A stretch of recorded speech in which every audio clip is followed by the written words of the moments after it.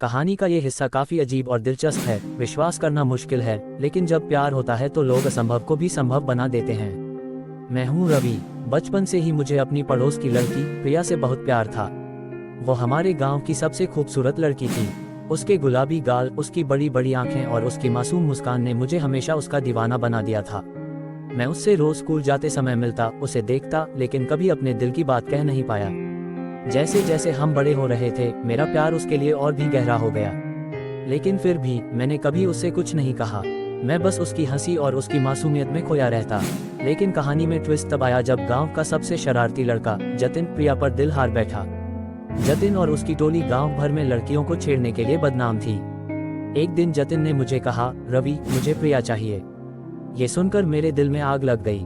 जतिन ने पूरी ठसक से कहा, कल से वो मेरी गर्लफ्रेंड होगी। उसके ये शब्द मेरे लिए एक चुनौती थे। मैंने तय किया कि अब मैं भी चुप नहीं बैठूंगा और प्रिया को अपने दिल की बात कह दूंगा।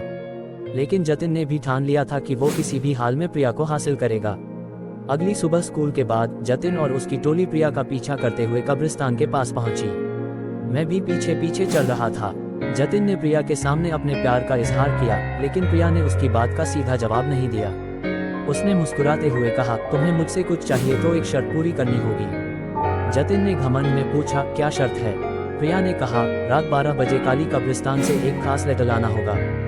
जो भी वो लेटर लाएगा वही मेरा होगा।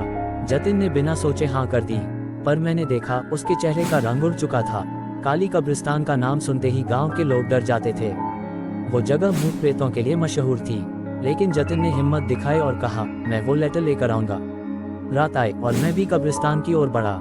जब मैं वहां पहुंचा तो देखा जतिन पहले से ही वहां था।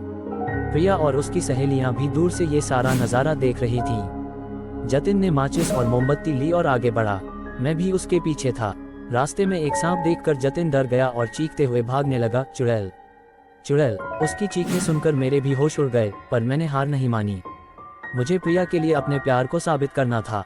मैं उस कब्र के पास पहुंचा जहां से लेटर लेना था, पर वहां एक औरत बैठी थी, लंबे बाल, सिर झुका हुआ। मेरा दिल जोर जोर से धड़कने लगा। मैंने धीरे से कहा, माफ कीजिएगा, क्या आपने यहाँ कोई लेटर देखा है?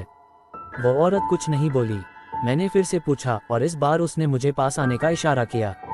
डरते डरते मैं उसके पास पहुंचा और जैसे ही उसने अपने बाल हटाए, मेरी आंखें फटी रह गईं। वो कोई और नहीं, प्रिया ही थी। प्रिया ने हंसते हुए कहा, तो रवि, तुम सच में मुझसे प्यार करते हो? मुझे समझ में नहीं आ रहा था कि मैं क्या कहूँ। लेकिन तभी हम दोनों के सामने एक साया दिखाई दिया। वो कब्रिस्तान का चौकीदार था। हमें देख उसने चिल्लाया, कौन है वहाँ? ये सुनते ही मैं और प्रिया वहाँ से भाग खड़े हुए। उस रात के बाद प्रिया ने मुझसे कहा, रवि, मुझे पता था कि तुम मुझसे प्यार करते हो। मुझे भी तुमसे प्यार है।